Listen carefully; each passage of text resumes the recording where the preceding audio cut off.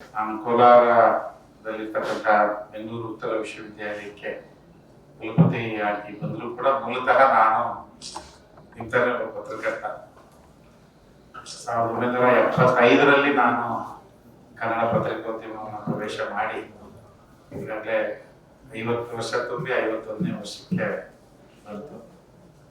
ಹಾಗಾಗಿ ನಾನೇನು ಕೋಲಾರ ಜಿಲ್ಲೆಗೆ ಹೊಸಬನೂ ಅಲ್ಲ, ಚಿತ್ರದುರ್ಗದವನಾದರೂ ಕೂಡ ನಾನು ಬೆಂಗಳೂರು ವಿಶ್ವವಿದ್ಯಾಲಯದಲ್ಲಿ 35 ವರ್ಷಗಳ ಕಾಲ ಅಧ್ಯಾಪಕನಾಗಿ ಸೇವೆ ಸಲ್ಲಿಸಿ ಕೋಲಾರ ಜಿಲ್ಲೆಯ ಜೊತೆಗೆ ತುಂಬಾ ಅವಿನಾಭಾವ ಸಂಬಂಧ ಇರ್ತಕ್ಕಂಥ ಒಬ್ಬ ಅಧ್ಯಾಪಕರಲ್ಲಿ ನಾನು ಕೂಡ ಒಬ್ಬ.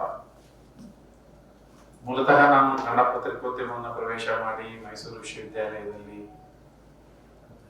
ಮಹಾರಾಜಾಸ್ ಕಾಲೇಜಲ್ಲಿ ಪತ್ರಿಕೋದ್ಯಮ ಅಧ್ಯಯನ ಮಾಡಿ, ನಂತರ ಮಾನಸ ಗಂಗೋತ್ರಿಯಲ್ಲಿ ಮಾಡಿ, ಮತ್ತೆ ಬೆಂಗಳೂರು ವಿಶ್ವವಿದ್ಯಾಲಯದಲ್ಲಿ ನಮ್ಮ ಕಮ್ಯುನಿಕೇಶನ್ ಸಂವಹನ ಅಧ್ಯಯನ ಮಾಡಿ, ಮಾಧ್ಯಮದಲ್ಲಿ ಕೆಲಸ ಮಾಡಿ, ನಂತರ ನಾನು ಈ ಮಾಧ್ಯಮ ಶಿಕ್ಷಣ ಕ್ಷೇತ್ರಕ್ಕೆ ಬರ್ತಕ್ಕಂಥ ಒಂದು ಅದೃಷ್ಟ ನನ್ನದಾಯಿತು. ಈ ನನ್ನ 3.5 ದಶಕದ ನನ್ನ ಪ್ರಯಾಣದಲ್ಲಿ ಅನೇಕ ನಮ್ಮ ಬೆಂಗಳೂರು ವಿಶ್ವವಿದ್ಯಾಲಯದ ಸಂವಹನ ವಿಭಾಗದಲ್ಲಿ ತಯಾರಾದಂತಹ ಅನೇಕ ವಿದ್ಯಾರ್ಥಿಗಳು ಇವತ್ತು ಜಾಗತಿಕ ಮಾಧ್ಯಮ, ರಾಷ್ಟ್ರೀಯ ಮಾಧ್ಯಮ ಮತ್ತು ನಮ್ಮ ರಾಜ್ಯದ ಸ್ಥಳೀಯ ಮಾಧ್ಯಮದಲ್ಲಿ ಬಹಳ. ರವಿ ಎಂಟರ್ಪ್ರೈಸಸ್ ನಲ್ಲಿ ನಿಮಗೆ ಬೇಕಾದ ಎಲೆಕ್ಟ್ರಾನಿಕ್ಸ್ ನ 20ಕ್ಕೂ ಹೆಚ್ಚು ಬ್ರಾಂಡ್ ಕಂಪನಿಗಳ TV, fridge, washing machine, home theatre, sofa set, dining table, mattress, beds, ಎಲ್ಲಾ ರೀತಿಯ ಫರ್ನಿಚರ್ಗಳು ಕಡಿಮೆ ಬೆಲೆಗೆ ದೊರೆಯುತ್ತದೆ. ಹಿಂದೆ ಭೇಟಿ ನೀಡಿ ಕೋಲಾರದ ಸಂಗೊಂಡಳ್ಳಿ ಬಳಿ ಇರುವ ರವಿ ಎಂಟರ್ಪ್ರೈಸಸ್ ಮತ್ತು ಬ್ರಾಹ್ಮಣರ ಬೀದಿ, ದೊಡ್ಡಪೇಟೆ, ಕೋಲಾರ. ಕೆಲಸ ಮಾಡ್ಕೊಂಡು ಬಂದಿದ್ದಾರೆ. ಹಾಗಾಗಿ ವಿಶೇಷವಾಗಿ ಗ್ರಾಮೀಣ ಪ್ರದೇಶದಿಂದ ಬಂದಂತ ನನ್ನ ವಿದ್ಯಾರ್ಥಿಗಳು ಬಹಳಷ್ಟು ಉನ್ನತ ಮಟ್ಟಕ್ಕೆ ಬೆಳೆದಿದ್ದಾರೆ ಅನ್ನುವಂಥದ್ದು ನನ್ನ ಬಹಳ ಅಭಿಮಾನ. ಯಾಕೆಂದ್ರೆ ನಾವೆಲ್ಲ ಶ್ರೇಣೀಕೃತ ವರ್ಗ ಸಂಘರ್ಷದ ಈ ಸಾಮಾಜಿಕ ನಮಗೆ ಅಕ್ಷರ ಸಂಸ್ಕೃತಿಯಿಂದ ವಂಚಿತರಾದಂಥ ಸಮುದಾಯಗಳಿಂದ ಬಂದಂತ ನಾವು ಇವತ್ತು ಇಷ್ಟೊಂದು ಪ್ರತಿಭಾನ್ವಿತ ವಿದ್ಯಾರ್ಥಿಗಳು ಒಳ್ಳೆ ಅವಕಾಶ ಸಿಕ್ಕಿರ್ತಕ್ಕಂಥದ್ದು. ಮತ್ತೆ ನಾನೊಬ್ಬ ಮೇಸ್ಟ್ರಾಗಿ, ಮಾಧ್ಯಮ ಮೇಸ್ಟರ್, ಪ್ರೊಫೆಸರ್ ಆಗಿ, ಸೀನಿಯರ್ ಪ್ರೊಫೆಸರ್ ಆಗಿ, ರಿಜಿಸ್ಟ್ರಾರ್ ಆಗಿ, ವೈಸ್ ಚಾನ್ಸಲರ್ ಕೂಡ ನಾನೊಬ್ಬ ಮೇಸ್ಟರ್. ಸೊ ನಾನೊಬ್ಬ ಪುಣ್ಯವಂತ. ಯಾಕೆಂದ್ರೆ ನಮ್ಮ ವಿದ್ಯಾರ್ಥಿಗಳ ಪ್ರತಿಭಾನ್ವಿತ ವಿದ್ಯಾರ್ಥಿಗಳು ಸಿಕ್ಕು ಇವತ್ತು ಬಹಳ ಈ ರಾಷ್ಟ್ರಕ್ಕೆ ಸೇವೆ ಸಲ್ಲಿಸತಕ್ಕಂಥದ್ದು ಬಹಳ ಸಂತೋಷ ಅಂತ ನಾನು ಭಾವಿಸ್ತೇನೆ.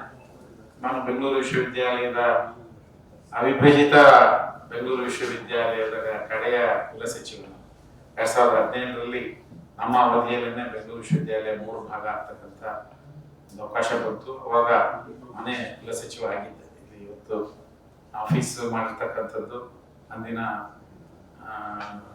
ಸನ್ಮಾನ್ಯ ಮುಖ್ಯಮಂತ್ರಿಗಳಂತ ಸಿದ್ದರಾಮಯ್ಯನವರು ಮತ್ತು ಅಂದಿನ ಉನ್ನತ ಶಿಕ್ಷಣ ಸಚಿವರಾಗಿದ್ದಂಥ ಬಸವರಾಜ ರೆಡ್ಡಿ ಅವರಿದ್ದರು. ಸೊ ನಾನು ಆ ಅವಕಾಶಗಳು ನನಗೆ ಸಿಗ್ತಾವೆ 2017ರಲ್ಲಿ. ಆನಂತರ ಬಹುಶಃ ನಾನು ಈ ವಿಶ್ವವಿದ್ಯಾಲಯದ 3ನೇ ಕುಲಪತಿ ಅಂತ 3ನೇ ಕುಲಪತಿ ನಾನು. ಹಾಗಾಗಿ ನಮ್ಮ ಈ ಮಾಧ್ಯಮ ಶಿಕ್ಷಣ ಮತ್ತು ಈ ಮಾಧ್ಯಮ ಪ್ರಯಾಣ ಹೇಗಿದೆ ಅಂದ್ರೆ 70ರ ದಶಕದಲ್ಲಿ ನಾವು ಮಾಧ್ಯಮ ಪ್ರವೇಶ ಮಾಡುವಂತ ಸಂದರ್ಭದಲ್ಲಿ ಇನ್ನೂ ಕೂಡ ನಾವು ಬಹಳಷ್ಟು ಸಂಕಷ್ಟಗಳನ್ನ ಎದುರಿಸ್ತಾ ಇದ್ದಂತ ಕಾಲ. 70-80ರ ದಶಕ ತುಂಬಾ ಸಂಕಷ್ಟದ ಕಾಲ. ಮುದ್ರಣ ತಂತ್ರಜ್ಞಾನ ಆಗ್ಲಿ, ಮತ್ತೆ ಮಾಹಿತಿಯನ್ನ ರವಾನೆ ಮಾಡ್ತಕ್ಕಂತಹ ಸೌಲಭ್ಯನೇ ಬಹಳ ಕಷ್ಟವಾಗಿದ್ದಂತ ಕಾಲ. ನಾವು ಬರೀ ಟೆಲಿಗ್ರಾಮ್ ಅವಲಂಬಿಸ್ಬೇಕಾಗಿತ್ತು. ಟೆಲಿಫೋನ್ಗಳ ಮೇಲೆ ನಾವು ಅವಲಂಬಿಸ್ಲಿಕ್ಕೆ ಸಾಧ್ಯ ಆಗ್ತಿರ್ಲಿಲ್ಲ. ಕನ್ನಡ ಭಾಷೆಯಲ್ಲಿ ಬರೀತಕ್ಕಂಥ ಸೌಲಭ್ಯ ನಮ್ಗಿರ್ಲಿಲ್ಲ. ದೇವನಾಗರಿ ಲಿಪಿ ಕೂಡ ಅವತ್ತಿರ್ಲಿಲ್ಲ. ನಮ್ಗಿದ್ದಿದ್ದು 26 ಇಂಗ್ಲಿಷ್ ಅಕ್ಷರಗಳು, ಕ್ಯಾಪಿಟಲ್ ಲೆಟರ್ಸ್ ಬಿಟ್ರೆ ಏನಾದ್ರು ತುರ್ತು ಸಂದೇಶವನ್ನ ಕಳಿಸ್ಬೇಕು ಅಂತ ಹೇಳಿದ್ರೆ ಪತ್ರಕರ್ತ ಬಹಳ ದುಸ್ಸಾಹಸ ಮಾಡ್ತಕ್ಕಂತಹ ಕಾಲ. 26 ಅಕ್ಷರ, ಕಾಮ ಇರಲ್ಲ, ಫುಲ್ ಸ್ಟಾಪ್ ಇರಲ್ಲ ಟೆಲಿಗ್ರಾಫಿಕ್ ಲ್ಯಾಂಗ್ವೇಜ್ ಅಲ್ಲಿ. How to write a press telegram ಅಂತ ಟ್ರೈನಿಂಗ್ ಕೊಡೋದು. ಪತ್ರಿಕಾ ಟೆಲಿಗ್ರಾಮ್ ಅನ್ನ ಹೇಗೆ ಬರೀಬೇಕು, ಯಾಕೆಂದ್ರೆ ಎಲ್ಲವೂ ಕೂಡ ಟೆಲಿಗ್ರಾಮ್ ತುಂಬಾ ಅನಿವಾರ್ಯ ಆದಾಗ. ಏನೋ ಕೆಲಸದ ಏನೋ ಸುಮಾರು ಇದ್ದಾಗ ಏನಾದ್ರು ನಮ್ಗೆ ನ್ಯೂಸ್ ಪ್ರಿಂಟ್ ಬರೋದು, ನ್ಯೂಸ್ ಏಜೆಂಟ್ ತಂದು ಕೊಡೋದು. ಆ ನ್ಯೂಸ್ ಪ್ರಿಂಟ್ ಮೇಲೆ ಬರೆದು ಕಳಿಸ್ಬಿಟ್ಟು ಅಲ್ಲಿ ಕಂಪೋಸ್ ಆಗಿ ಮುದ್ರಣ ಆಗ್ತಾ ಇದ್ದಂತ ಕಾಲ. ತುಂಬಾ ಅರ್ಜೆಂಟ್ ಅಂದಾಗ ಟೆಲಿಫೋನ್ ನಾವು ನಂಬ್ಕೊಳಕ್ ಆಗ್ತಾ ಇರಲಿಲ್ಲ. ರಾಜ್ಯ ಮಟ್ಟದ ಪತ್ರಿಕೆಗಳು ಗುಲ್ಬರ್ಗ, ಬೀದರ್, ರಾಯಚೂರು ಟೆಲಿಫೋನ್ ಲೈನ್ ಜೋರಾಗಿ ಮಳೆ ಬಂದು ಬಿದ್ದುಬಿಟ್ರೆ ಅವತ್ತು ಲ್ಯಾಂಡ್ ಲೈನ್ಸ್ ಕಷ್ಟ. ಸೊ ಈ 26 ಇಂಗ್ಲಿಷ್ ಅಕ್ಷರಗಳಲ್ಲೇ ನಾವು ಕಮ್ಯುನಿಕೇಟ್ ಮಾಡೋಂಥ ಸಂದರ್ಭ ಮತ್ತು ಸಾಹಸದ ಕೆಲಸ ಅವತ್ತಿನ ನಮ್ಮ ಮುಂದಿದ್ದಂತ ಸವಾಲು. ಹಾಗಾಗಿ ಈ ಮಾಹಿತಿ ರವಾನೆನೇ ಇಷ್ಟು ಕಷ್ಟ ಇದ್ದಾಗ ನೀವು ಯೋಚನೆ ಮಾಡಿ, ಅಂದ್ರೆ ಎಲ್ಲವೂ ಇಂಗ್ಲಿಷಲ್ಲೇ ಆಗ್ಬೇಕಿತ್ತು. ನಾವು ಕನ್ನಡ ಲಿಪಿಯಲ್ಲಿ ನಾವು ಸೆಟರೇಟ್ ಮಾಡಕ್ ಸಾಧ್ಯ ಇರಲಿಲ್ಲ. ಬಹುಶಃ ನನಗೆ ಇನ್ನೂ ಚೆನ್ನಾಗಿ ಜ್ಞಾಪಕ ಇದೆ. 78, 79 ಸುಮ್ಮನೆ ಒಂದು ಉದಾಹರಣೆ ಹೇಳ್ತೀನಿ ಎಷ್ಟು ಕಷ್ಟ ಅಂತ. ನಮ್ಮ ಚಿತ್ರದುರ್ಗದಲ್ಲಿ ನಾನು ಕೆಲವು ಕಾಲ ಆಕಾಶವಾಣಿಯಲ್ಲಿ ನನಗೆ ಕೆಲಸ ಮಾಡ್ತಕ್ಕಂಥ ಒಂದು ಅವಕಾಶ ಕೊಟ್ಟು ಅಂದಿನ ಮುಖ್ಯಮಂತ್ರಿಗಳಾದಂತ ದೇವರಾಜ ಅರಸರು ತಾನೇ 78 ವಿಧಾನಸಭಾ ಚುನಾವಣೆಯಲ್ಲಿ ಗೆದ್ದು ಬಂದಿದ್ರು. ನಾವು 3-4 ಜನ ಪತ್ರಕರ್ತರು. ಅವರು ಪತ್ರಕರ್ತರು ಕೇಳಿದ್ರು, ಸ್ವಾಮಿ ನಮ್ಮ ಜಿಲ್ಲೆಗೂ ಪ್ರಾತಿನಿಧ್ಯ ಸಿಗ್ಬೇಕಾದ್ರೆ ಸಚಿವ ಸಂಪುಟ ಯಾವಾಗ ಮಾಡ್ತೀರಾ? ದೇವರಾಜ ಅರಸರು ಈ ಸದ್ಯಕ್ಕೆ ಯಾವ್ದು ಇಲ್ಲಪ್ಪ. ಸೊ ನಾವು ಇಮಿಡಿಯೇಟ್ ಆಗಿ ಕಮ್ಯುನಿಕೇಟ್ ಮಾಡ್ಬೇಕಲ್ಲ, ಟೈಮ್ ಇಲ್ಲ. ಸಾಯಂಕಾಲ ನಮ್ಗೆ ಇದ್ದಿದ್ದು ಆಕಾಶವಾಣಿ ಅಂದ್ರೆ 2 ಬುಲೆಟಿನ್, ಬೆಳಿಗ್ಗೆ 6:40 ಒಂದು ಬುಲೆಟಿನ್, ಸಾಯಂಕಾಲ 6:40. ಬೆಳಿಗ್ಗೆ 7:35, ಮಧ್ಯಾಹ್ನ 1:10, 7:35 ಡೆಲ್ಲಿಯಿಂದ ಬರ್ತಿತ್ತು ಬುಲೆಟಿನ್. ನಮ್ಮ ಬೆಂಗಳೂರಿಗೆ ಇದ್ದಿದ್ದು 2 ಬುಲೆಟಿನ್. ಮಧ್ಯಾಹ್ನ ಬುಲೆಟಿನ್ ಕೂಡ ಇಲ್ಲ. ನಾನು 70ರ ದಶಕ 78, 71 ದೇವರಾಜ ಅರಸರು ಇಲ್ಲ ಅಂದ್ಬಿಟ್ಟು ನನಗೆ ಏನಿತ್ತು ಬೇರೆ ದಾರಿ ಇಲ್ಲ. 26 ಅಕ್ಷರ ಟೆಲಿಗ್ರಾಮ್ ನಲ್ಲೇ ಬರಿಬೇಕು ನಾನು. ಟ್ರಂಕಾಲ್ ಮಾಡಕ್ಕೆ ಕಷ್ಟ. ಅವತ್ತಿನ ಕಾಲ ಎಲ್ಲ ಟೆಲಿಗ್ರಾಫ್ ಆಫೀಸ್ಗೆ ಹೋಗ್ಬೇಕಾಗಿತ್ತು. ಮನೆಗಳಲ್ಲೆಲ್ಲ ಎಲೆಕ್ಟ್ರಿಸಿಟಿನೇ ಇಲ್ಲದೆ ಇರೋಂಥ ಕಾಲ ಈ ಟೆಲಿಫೋನ್ ಇಲ್ಲಿರುತ್ತೆ. ಟೆಲಿಗ್ರಾಫ್ ಆಫೀಸಲ್ಲಿ ಹೋಗಿ ನಿಂತ್ಕೊಂಡು 3 ಗಂಟೆಗೆ ಮಾಡ್ಬೇಕಾಗಿತ್ತು. ಟೆಲಿಗ್ರಾಮ್ ಕಳಿಸ್ಬೇಕು. ಅದ್ರಲ್ಲಿ ಏನಾಯ್ತು, ನಾವು ಬರೀ ಇಂಗ್ಲಿಷಲ್ಲೇ ಬರೆದು ಕಳಿಸ್ಬೇಕಿತ್ತು. No cabinet expansion said P Devaraj Urs chief minister of Karnataka here today. He was speaking with the news person of All India Radio. ಒಂದು 4 ಲೈನ್ ಬರೆದು ಕಳಿಸಿ. ಅದು ಟ್ರಾನ್ಸ್ಲೇಟ್ ಆಗ್ಬೇಕಾದ್ರೆ ಏನಾಗೋಯ್ತು, ಬಹಳ ಎಚ್ಚರಿಕೆ ಇದ್ದು ಬರಿಬೇಕಾದ್ರೆ. ಬರಿಬೇಕು ನೋಡಿ, ಇರೋದೇ 26 ಅಕ್ಷರ. ನೀವು ಹೊಡಿಬೇಕಾದ್ರೆ ಹೊಡಿಯೋ ಕರೆಕ್ಟ್ ಆಗಿ ಬರೀಬೇಕು. ಅವನಲ್ಲಿ ಬೆಂಗಳೂರಲ್ಲಿ ಅವ್ನ ಪ್ರಿಂಟ್ ತೆಗಿಯೋಕೆ ಲಿಂಕ್ ಇರಬೇಕು. ಲಿಂಕ್ ಇಲ್ಲ ಅಂದ್ರೆ ಅವ್ನು ಗೋಯಿಂದ ಯಾವ ಅಕ್ಷರ ಕಾಣುತ್ತಾ ಯಾವ ಅಕ್ಷರ ಇದು ಗೊತ್ತಿಲ್ಲ. ಅದು ಟೆಲಿಗ್ರಾಮ್ ಆಕಾಶವಾಣಿಗೆ ಹೋಗಿ ತಲುಪ್ತು. ನಮ್ಮ ಅದೃಷ್ಟಕ್ಕೆ ಏನಾಗೈತೆ, ನೋ ಅಂತ ಬರ್ತಿದ್ದಲ್ಲ, ನೋ ಕ್ಯಾಬಿನೆಟ್ ಎಕ್ಸ್ಪ್ಯಾನ್ಷನ್ ಇದ್ದಲ್ಲ, ನೋ ಎಗರೋಗ್ಬಿಡ್ತು. ಇವತ್ತು ನಾಗಮಣಿ ಹೆಸರಾಯರು ಜೀವಂತವಾಗಿದ್ದಾರೆ. ಬಹಳ ಸಂಭ್ರಮಿತ ಹೆಣ್ಣುಮಗಳು.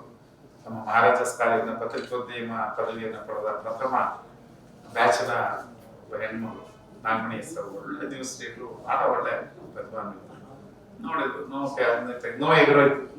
ನೋ ಒಂದು ಪದ ನೋಡಿ, ಟೆಲಿಗ್ರಾಮ್ ಅಲ್ಲಿ ನೋ ಒಂದು ಪದ communication. Cabinet expansion, no cabinet expansion set, cabinet expansion set Devaraja chief minister. 6:40 radio ಪ್ರದೇಶ ಸಮಾಚಾರ. ಸದ್ಯದಲ್ಲೇ ಸಚಿವ ಸಂಪುಟ ವಿಸ್ತರಣೆ ಆಗುವುದು ಎಂದು ಮುಖ್ಯಮಂತ್ರಿ ಪಿ ದೇವರಾಜ ಅವರು ಇಂದು ಇಲ್ಲಿ ಹೇಳಿದರು. ಆಕಾಶವಾಣಿಯ ಬಾತ್ಮೀದಾರರಲ್ಲಿ ಮಾತನಾಡಿದ ಮುಖ್ಯಮಂತ್ರಿಗಳು ತಿಳಿಸಿದ್ರು. ಈತ ನಮ್ಮ ಕಥೆ ಪತ್ರಕರ್ತರ ಕಥೆ ಏನಾಗ್ಬಿಟ್ಟು ಕೊನೆಗೆ ಎಲ್ಲ ರೇಡಿಯೋ ಕಲ್ತಿದ್ದೇವೆ. ಅವತ್ತಿನ ಕಾಲ 78, 79 ರೇಡಿಯೋ ವೆರಿ ಪವರ್ಫುಲ್. ಎಲ್ಲ ಪಾಪ MLA-ಗಳು ಇನ್ನೇನ್ ಎಲ್ಲ ರೇಡಿಯೋ ಪ್ರದೇಶ ಸಮಾಚಾರ, ನ್ಯೂಸ್ ಪೇಪರ್ ಅಷ್ಟೇ. ನ್ಯೂಸ್ ಪೇಪರ್ ಕೇಳ್ಬಿಟ್ಟಿದ್ದಾರೆ. ದೇವರಾಜ ಅರಸರು ಪಾಪ ಬಾಲಪುರಿ ಮನೆಯಲ್ಲಿದ್ರು.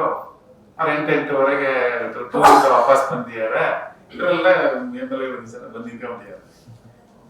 ಬೆಳಿಗ್ಗೆ ಯಾಕೆ ಬಂದ್ರಪ್ಪ ಅಂತ ಅವ್ರಿಗೆ ಯಾಕೆ ಬಂದ್ರು ಇಷ್ಟು ಬೇಗ ಏನ್ ಬರ್ತಾರೆ? ಅದೇ ಬುದ್ಧಿ ಬುದ್ಧಿಯವರೇ ಬುದ್ಧಿ ಏನ್ರಿ ಹೇಳ್ರಪ್ಪ ಏನು ಬಹಳ ತಾಯಿ ಹೃದಯ. ದೇವರಾಜ ಅರಸರು ಬಹಳ ಪ್ರೀತಿಯಿಂದ ಮಾತಾಡ್ತಾರೆ. ಅದೇ ಸರ್ ಸಚಿವ ಸಂಪುಟದಲ್ಲಿ ನಮಗೊಂದು ಅವಕಾಶ. ಯಾವ ಸಚಿವ ಸಂಪುಟ ಯಾರು ಬೆಳಿಗ್ಗೆ ರೇಡಿಯೋದಾಗ ಬಂತಂತ ಸ್ವಾಮಿ ಚಂಡಾಮಂಡಲ ಅರಸರು ಯಾವ ರೇಡಿಯೋದಾಗ ಯಾರು ಬಂದ್ರು ಎಲ್ಲಿ ಬಂದ್ರು ಆಗ ದೊಡ್ಡ.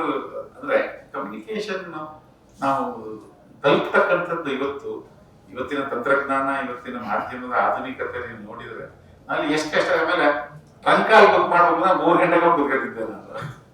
6 ಗಂಟೆ ಆದ್ರೆ ಟ್ರಂಕಾಲ್ ಸಿಗ್ತಿರ್ಲಿಲ್ಲ, ಆ ಕಾಲ ಇತ್ತು. ಹಾಗಾಗಿ ಆ ತಂತ್ರಜ್ಞಾನದ ಭರಾಟೆಯಲ್ಲಿ ಇವತ್ತು ಇಡೀ 80ರ ದಶಕದ ನಂತರ ಆದಂತಹ ಜಾಗತೀಕರಣ, ತಂತ್ರಜ್ಞಾನ ಇಡೀ ಭಾರತೀಯ ಮಾಧ್ಯಮ ಉದ್ಯಮವನ್ನ ಸಂಪೂರ್ಣ ಬದಲಾವಣೆಯನ್ನು ಮಾಡ್ತು. ಅದ್ರ ಜೊತೆಗೆ ನಮ್ಮ ಕಾಲದಲ್ಲಿ ಬರ್ತಿದ್ದ ಟೆಲಿಪ್ರಿಂಟರ್ಗಳು ಎಲ್ಲ ಕನ್ನಡ ಭಾಷಾ ಪತ್ರಿಕೋದ್ಯಮದ ಮುಂದಿದ್ದಂತ ಸವಾಲು, ಇಲ್ಲಿ ಹಿರಿಯ ಪತ್ರಕರ್ತರಿದ್ದಾರೆ, ನಮ್ಮ ಮುಂದಿದ್ದಂತ ಸವಾಲು ಇಂಗ್ಲಿಷ್ ಇಂದ ಕನ್ನಡ ತರೋದು, ಇಂಗ್ಲಿಷ್ ಇಂದ ಕನ್ನಡ ತರೋದು, ಆಂಗ್ಲ ಭಾಷೆಯಿಂದ ಪ್ರತಿಯೊಂದನ್ನು ಕನ್ನಡ ತರಬೇಕು, ಬರೀಬೇಕು, ಕಂಪೋಸ್ ಆಗ್ಬೇಕು, ಪ್ರೂಫ್ ರೀಡಿಂಗ್ ಹೋಗ್ಬೇಕು, ಮತ್ತೆ ಕರೆಕ್ಷನ್ಸ್ ಆಗ್ಬೇಕು, ಮತ್ತೆ ನ್ಯೂಸ್ ಎಡಿಟರ್ಗೆ ಹೋಗ್ಬೇಕು. ಒಂದು ಬ್ಲಾಕ್ ಮಾಡ್ಬೇಕಾದ್ರೆ ನಮ್ಮ ಪರಿಸ್ಥಿತಿ ಎಷ್ಟು ನರಕ ಆಗ್ತಿತ್ತು ಅನ್ನೋದು ನಮ್ಗೆಲ್ಲ ಗೊತ್ತಿದೆ. ಅವತ್ತಿನ ಮಾಹಿತಿ ವಾರಗಟ್ಲೆ ಬೇಕಾಗಿತ್ತು. ಇವತ್ತು ಸನ್ಮಾನ್ಯ ಮುಖ್ಯಮಂತ್ರಿಗಳು, ಕರ್ನಾಟಕ ರಾಜ್ಯದ ಸನ್ಮಾನ್ಯ ಪ್ರಧಾನಮಂತ್ರಿಗಳು ಮೀಟ್ ಮಾಡ್ತಾರೆ ಅಂದ್ರೆ ಒಂದು ವಾರದ ಮೇಲೆ ಒಂದು ಫೋಟೋ ನೋಡ್ತಿದ್ದಂತ ಕಾಲ. ಹಾಗಾಗಿ ಪ್ರತಿಯೊಂದು ಹಂತ ನಮ್ಗೆ ಇದ್ದಿದ್ದು ಭಾಷಾಂತರ. ಕನ್ನಡ ಫ್ಲೋನೇ ಇಲ್ಲ ನಮ್ಗೆ. ಕನ್ನಡ ಭಾಷೆ ಎಷ್ಟು ಕಷ್ಟ ಇತ್ತು ಅವತ್ತು. ಒಂದೊಂದ್ಸರಿ ಎಷ್ಟಲ್ಲಿ ಕೇಳ್ಕೊಡೋದ್ರೆ ಈ ನಮ್ಗೆ ಎಡಿಷನ್ ಹೋಗ್ಬೇಕು. ಇವ್ ನಮ್ಮ ಪ್ರಜಾವಾಣಿ ಪತ್ರಿಕೆ, ನಮ್ಮ ಸಂಯುಕ್ತ ಕರ್ನಾಟಕ ಪತ್ರಿಕೆ, ಕನ್ನಡ ಎಷ್ಟು ಕಷ್ಟಪಡೋರು. ಒಂದೊಂದ್ಸರಿ ಇಂಗ್ಲಿಷ್ ಪದಗಳು ಯಾವ ಪದನ ಹೆಂಗ್ ಬಳಸ್ಬೇಕು.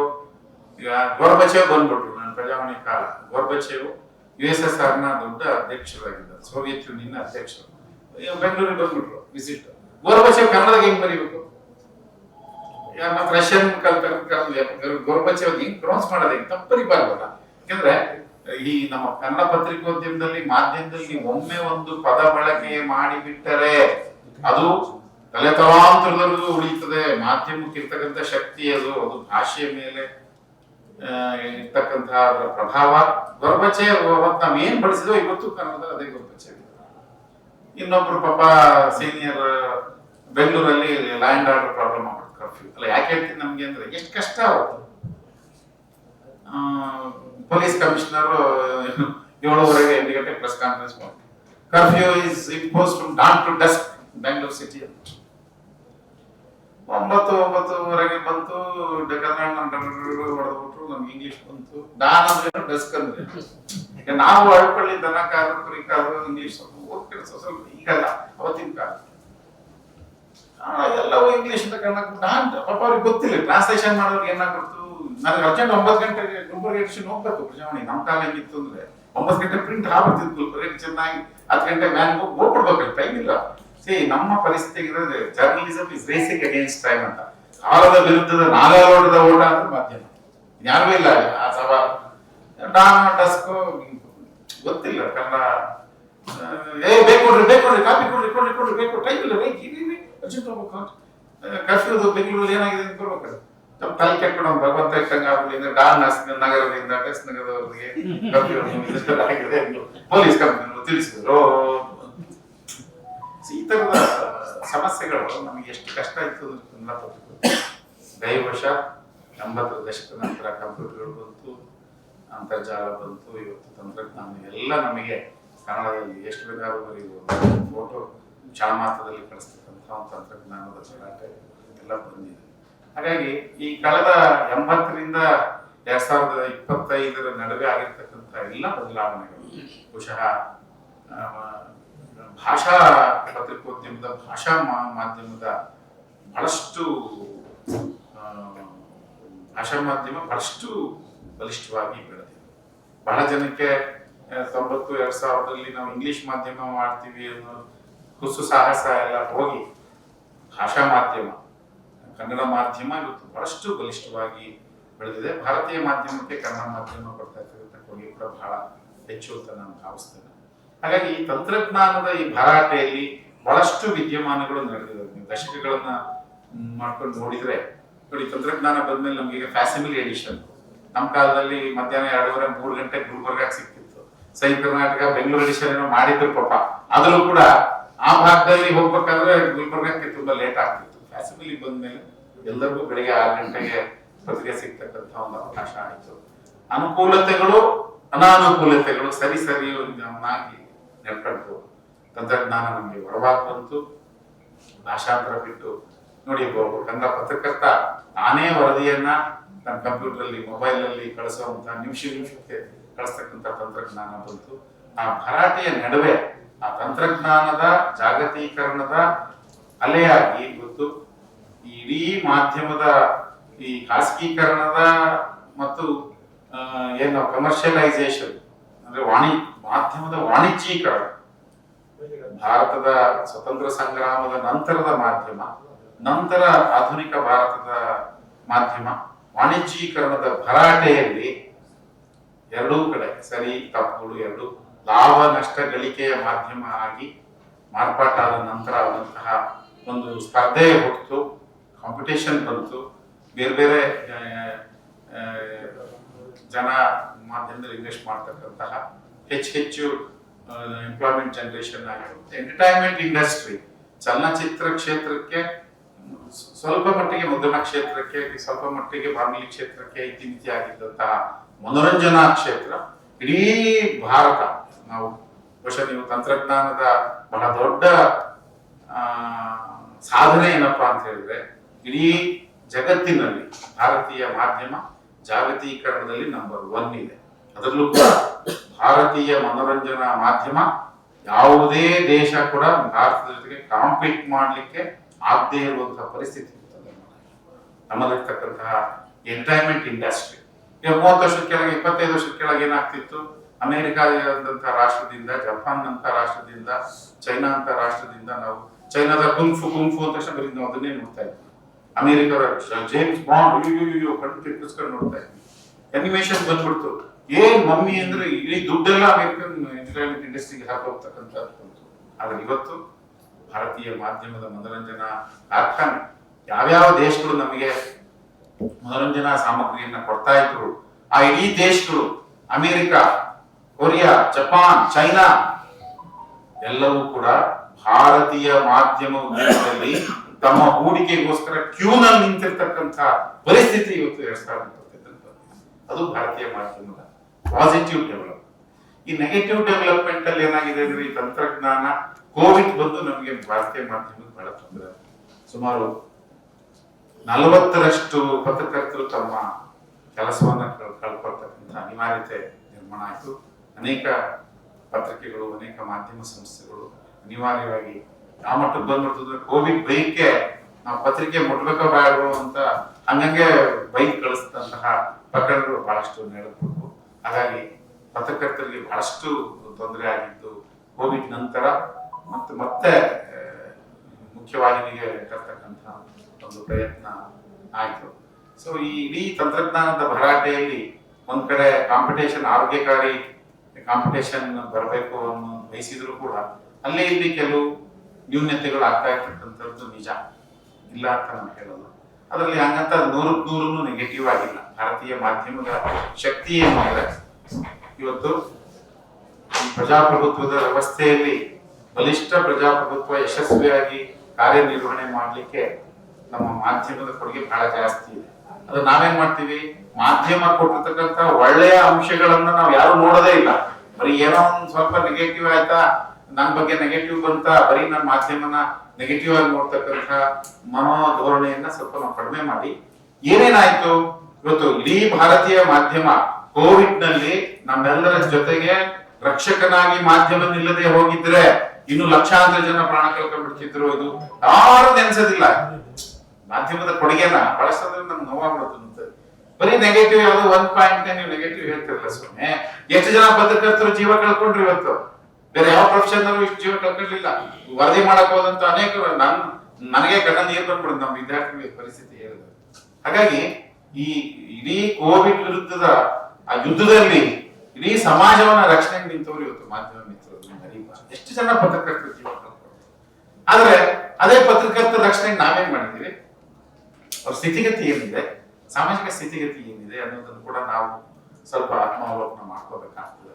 ಹಾಗಾಗಿ ಇನ್ನೂ ಕೂಡ ಪ್ರಜಾಸತ್ತಾತ್ಮಕ ವ್ಯವಸ್ಥೆಯ ಅರ್ಥಪೂರ್ಣ ಕಾರ್ಯನಿರ್ವಹಣೆಯಲ್ಲಿ ನೀವು ಸುಮ್ಮನೆ ಇತಿಹಾಸವನ್ನು ಮೆಲುಕು ಹಾಕಿದ್ರೆ ಬಹಳಷ್ಟು ಸಮಸ್ಯೆಗಳಾದಾಗ ನಮ್ಗೆ ಗಮನ ತರ್ತಕ್ಕಂಥದ್ದಾಗ್ಲಿ, ವಿದ್ಯಮಾನಗಳಾದಾಗ ಗಮನ ತರ್ತಕ್ಕಂಥದ್ದಾಗ್ಲಿ ಬೇಕಾದಷ್ಟು ಒಳ್ಳೆ ಕೆಲಸಗಳು ಕೂಡ ಆಗಿದ್ದಾವೆ. ಆದ್ರೆ ಈ ತಂತ್ರಜ್ಞಾನದ ಭರಾಟೆಯಲ್ಲಿ, ಈ ಸ್ಪರ್ಧೆಯಲ್ಲಿ ಏನಾಗಿದೆ ಅಂದ್ರೆ ಇವತ್ತು ಕಾಂಪಿಟೇಷನ್ ಅಲ್ಲಿ ಸ್ವಲ್ಪ ಇವಾಗ ಹೊಸ ಟ್ರೆಂಡ್ ಏನಾಗಿದೆ, ಆರ್ಟಿಫಿಷಿಯಲ್ ಇಂಟೆಲಿಜೆನ್ಸ್ ಇಡೀ ಮಾಧ್ಯಮವನ್ನೇ ಪ್ರವೇಶ ಮಾಡುತ್ತೆ, ನುಂಗ್ಬಿಡುತ್ತೆ ಎನ್ನುವ ಒಂದು ತಪ್ಪು ಕಲ್ಪನೆ ಅಲ್ಲ. ನಾನು ಬಹಳ ಸ್ಪಷ್ಟವಾಗಿ ಹೇಳ್ತಿದ್ದೀನಿ. ಬಹಳ ಜನ ಮಾತಾಡೋಂಥ ಸಂದರ್ಭದಲ್ಲಿ ಇವತ್ತು ಕ್ಲಾಸ್ ರೂಮ್ ಅಲ್ಲೇ ನಾನು ಮಾಧ್ಯಮ ಪಾಠ ಮಾಡೋದು, ಇಲ್ಲ ಸರ್, ವೈ ಯು ಎಕ್ಸ್ಪೆಕ್ಟ್ ಅಷ್ಟು ನೀವ್ಯಾಕೆ ಯೋಚನೆ ಮಾಡ್ತೀರಾ sir, artificial intelligence will do everything ಅಂತ. ಆ ತಪ್ಪು ಕಲ್ಪನೆ ಬೇಡ. ಆರ್ಟಿಫಿಷಿಯಲ್ ಇಂಟೆಲಿಜೆನ್ಸ್ ಬಹಳ ಹಿಂದೆ ಬಂದು ಬಿಟ್ಟಿದೆ. ಆರ್ಟಿಫಿಷಿಯಲ್ ಇಂಟೆಲಿಜೆನ್ಸ್ ಮಾಡರ್ನೈಸೇಷನ್ ಬೇರೆ ಬೇರೆ ಹಂತಗಳು ಬರುತ್ತೆ. ಆದ್ರೆ ಏನೇ ತಂತ್ರಜ್ಞಾನ ಇದ್ರೂ ಕೂಡ ಅದು ನಿಮ್ಮ ಕೈ ಕೆಳಗೆ ಕೆಲಸ ಮಾಡ್ತಕ್ಕಂಥದ್ದು. ನೀವು ಏನನ್ನ ಬಯಸ್ತೀರಿ, ನೀವೇನ್ ಆದೇಶ ಕೊಡ್ತೀರಿ ಆ ರೀತಿ ನಡ್ಕೊಳ್ತಕ್ಕಂತಹ ತಂತ್ರಜ್ಞಾನ. ಯಾವುದೇ ಸಂದರ್ಭದಲ್ಲೂ ಕೂಡ ಕೃತಕ ಬುದ್ಧಿಮತ್ತೆ ಮನುಷ್ಯನ ಮೆದುಳಿಗೆ ಸಮಾನ ಆಗಲ್ಲ. ಇದು ತಪ್ಪು ಕಲ್ಪನೆ. ಹಾಗಾಗಿ ಇದು ಇಟ್ಸ್ ಅ ಪಾಸಿಂಗ್ ಫೇಸ್. ಸ್ವಲ್ಪ ಏನಾಗುತ್ತೆ ಅಂದ್ರೆ ನಾನು ಅದನ್ನ ಎರಾ ಆಫ್ ಎಕ್ಸ್ಪೆರಿಮೆಂಟೇಷನ್ ಅಂತ ಕರಿತೀನಿ. ಯಾವುದೇ ಒಂದು ಹೊಸ ಪ್ರಯೋಗಗಳಾದ ಸಂದರ್ಭದಲ್ಲಿ, ಹೊಸ ತಂತ್ರಜ್ಞಾನಗಳು ಬಂದಂತ ಸಂದರ್ಭದಲ್ಲಿ ಕೆಲ ಕಾಲ ಸ್ವಲ್ಪ ನಮಗೆ ಬಹಳಷ್ಟು ಸ್ಪರ್ಧೆ ಬಂದಂಗೆ ಕಾಣ್ತದೆ. ಅದರದ್ದು ಬಹಳ ಕಾಲ ನಿಲ್ಲೋದಿಲ್ಲ. ಬಹಳಷ್ಟು ಸಂದರ್ಭದಲ್ಲಿ ನೀವು ನೋಡಿ, ಯಾವುದೇ ಒಂದು ತಂತ್ರಜ್ಞಾನ ಹಿಂಗ್ ಬಂದು ಅದು ಮತ್ತೆ ಮಾಡಿಫಿಕೇಶನ್ ಆಗಿ ಮತ್ತೆ ಹೊಸದು ಬಂದಿದೆ. ನಾವು ರೇಡಿಯೋ ಬಂತಪ್ಪ, ನಮ್ಮ 60ರ ದಶಕದಲ್ಲಿ ಮರ್ಫಿ ರೇಡಿಯೋ ಒಂದೇ ಇದ್ದಿದ್ದು, ಹಾಡು ಕೇಳ್ತಿದ್ವಿ. ನಮ್ಗೆ ಅನ್ನಿಸ್ತು ಏನಪ್ಪ ಬರೀ ಮನೆಗೆ ಕುತ್ಕೊಂಡು ಹಾಡು ಕೇಳ್ಬೇಕಲ್ಲ, ನಾನು ಜಮೀನ್ಗೆ ಹೋದಾಗ ನಾನು ಅಲ್ಲಿ ಜಮೀನ್ ಕೆಲಸ ಮಾಡ್ಕೊಂಡು ಹಾಡು ಕೇಳ್ಬೋದಲ್ಲ ಅಂತ ಟ್ರಾನ್ಸಿಸ್ಟರ್ ಬಂತು. ಟ್ರಾನ್ಸಿಸ್ಟರ್ ಯಾವ ಕೇಳಿ ಸಾಕಾಗೈತ್ರಿ ಅಂತ ಟೇಪ್ ರೆಕಾರ್ಡರ್ ಬಂತು. ನೋಡಿ, ಆಡಿಯೋ ಇಂದ ವಿಡಿಯೋ ಹಿಂಗೆ ಇಡೀ ತಂತ್ರಜ್ಞಾನ ಬದಲಾಗ್ತಾ ಹೋಯ್ತು. ಹಾಗಾಗಿ ಆರ್ಟಿಫಿಷಿಯಲ್ ಇಂಟೆಲಿಜೆನ್ಸ್ ಬಂದಿದೆ. ಅದು ನಮ್ಮ ಅದ್ರ ಬಗ್ಗೆ ಮಾಧ್ಯಮದ ಮಿತ್ರರು ಯಾರೂ ಆತಂಕ ಪಡ್ಬೇಕಾದಂತ ಅಗತ್ಯ ಇಲ್ಲ. ಆರ್ಟಿಫಿಷಿಯಲ್ ಇಂಟೆಲಿಜೆನ್ಸ್ ನಿಮ್ಗೆ ತುಂಬಾ ಟ್ರಾನ್ಸ್ಪರೆಂಟ್ ಆಗಿ ಕೆಲಸ ಮಾಡಕ್ಕೆ, ವೇಗವಾಗಿ ಕೆಲಸ ಮಾಡಕ್ಕೆ, ನಿಮ್ಮ ಕಾಲವನ್ನು ಉಳಿಸ್ತಕ್ಕಂಥ ಕೆಲಸ ಮಾಡ್ತದೆ ವಿನಃ ಎಲ್ಲವೂ ನಿಮಗೆ ಪರ್ಯಾಯ ಅಂತ ನಾನು ಯಾವ ಕಾರಣಕ್ಕೂ ಹೇಳಲ್ಲ.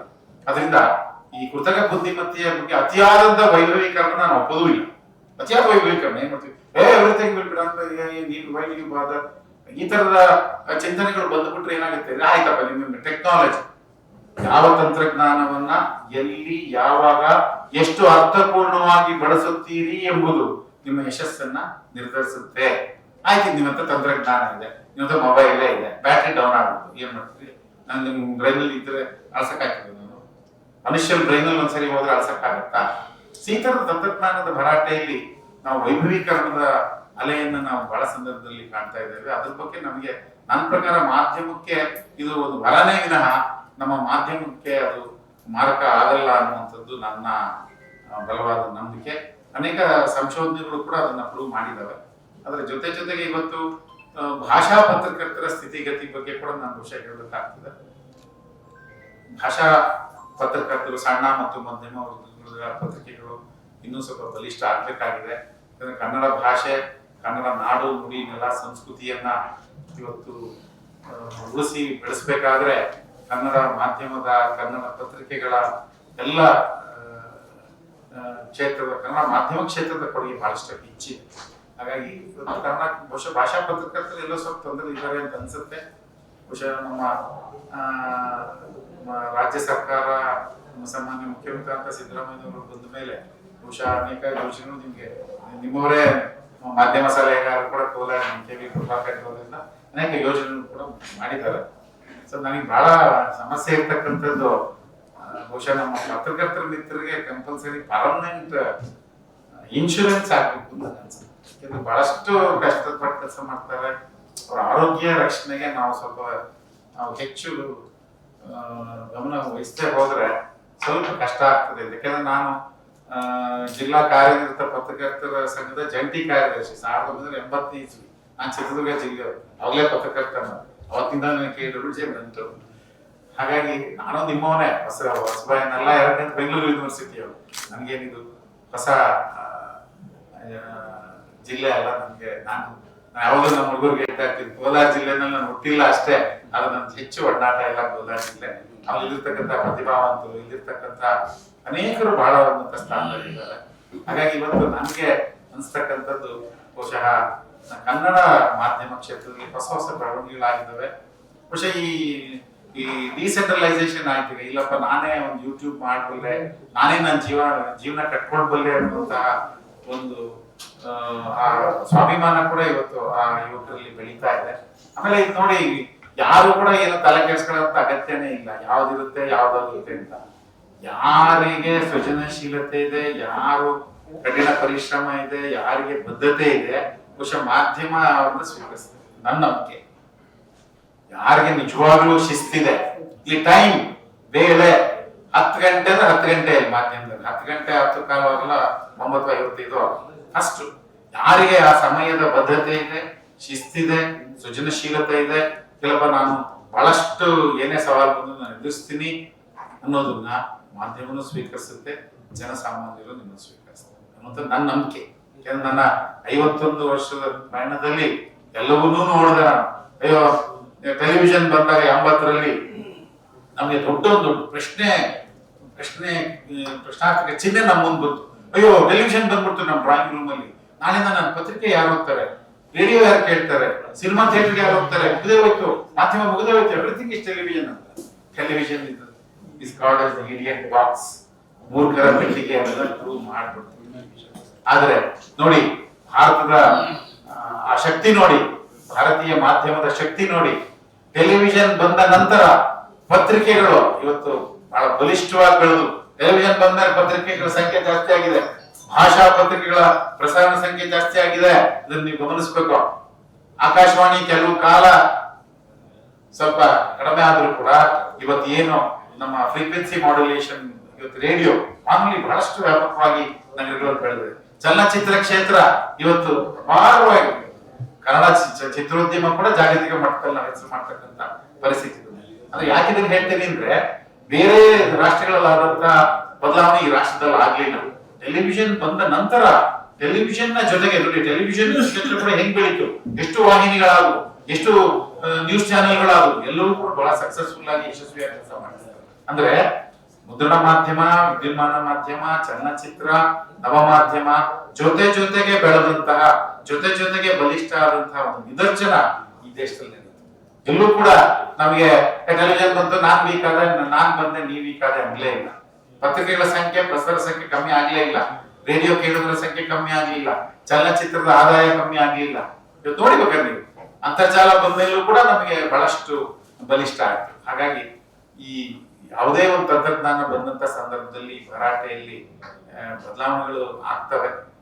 ಬದಲಾವಣೆ ಆದಾಗೆ ಈಗ ಟೆಲಿವಿಷನ್ ಕಾನ್ಸೆಪ್ಟ್ ನೋಡಿ, ನೀವು ಯಾವ್ದಾರ ಒಂದು ಪ್ರೋಗ್ರಾಮ್ ಕಾನ್ಸೆಪ್ಟ್ ಬಂತು ಅಂದ್ರೆ ಕೆಲವು ಕಾಲ ಇರುತ್ತೆ, ಅದು 100 ಕಾಲನು ಜನ ಅದನ್ನ ಬಯಸ್ತಾರೆ ಅಂತ ನಾವು ಹೇಳಕ್ಕಾಗಲ್ಲ. ಕಾನ್ಸೆಪ್ಟ್ ಇರುತ್ತೆ, ಪಾಸಿಂಗ್ ಫೇಸ್. ಪತ್ರಿಕೆನಲ್ಲಿ ಒಳ್ಳೆ ಅಂಕಣಕಾರ ಇದ್ದಂದ್ರೆ ಜನ ಇವತ್ತು ಗುರುತಿಸ್ತಾರೆ, ಎಷ್ಟ್ ಚೆನ್ನಾಗಿ ಬರೆದಿದೆಯಪ್ಪ ಏನ್ರಿ. ಆಮೇಲೆ ಮಾಧ್ಯಮ ಮಿತ್ರರಿಗೆ ಯಾಕೆ ಇಡೀ ಸಮಾಜ ನಾವು ಗೌರವಿಸ್ತೀವಿ, why journalist are respected in a democratic setup ಅಂದ್ರೆ, ಮಾಹಿತಿಯನ್ನ ಜನ ಸಮುದಾಯಕ್ಕೆ ತಲುಪಿಸುವ ಅತ್ಯಂತ ಪವಿತ್ರ ಕಾರ್ಯದಲ್ಲಿ ತೊಡಗಿರ್ತಕ್ಕಂಥವ್ರು ಮಾಧ್ಯಮ ಮಿತ್ರರು, ಪತ್ರಕರ್ತರು. ನೀವೇನಾದ್ರೂ ಒಂದು ನಿಮಿಷ ನಿಧಾನ ಆದ್ರೆ, ನೀವೇನಾದ್ರೂ ಮಾಧ್ಯಮ ನಿಮ್ಮ ಹತ್ರ ಉಳಿದು ಬಿಟ್ರೆ ಇಡೀ ಜಗತ್ತು ಸ್ಟ್ಯಾಂಡ್ ಸ್ಟಿಲ್ ಆಗ್ತದೆ. ಬಂದ್ರೆ ನಾನು ಪ್ರೇರಣೆ ಯಾಕೆ ಮಾಧ್ಯಮ ಮಿತ್ರರಿಗೆ ನಾವು ಗೌರವಿಸ್ತೀವಿ ಅಂದ್ರೆ, ಮಾಹಿತಿ ನೋಡಿ, ಕ್ಷಣಕ್ಕೂ information is money. Every minute I need information.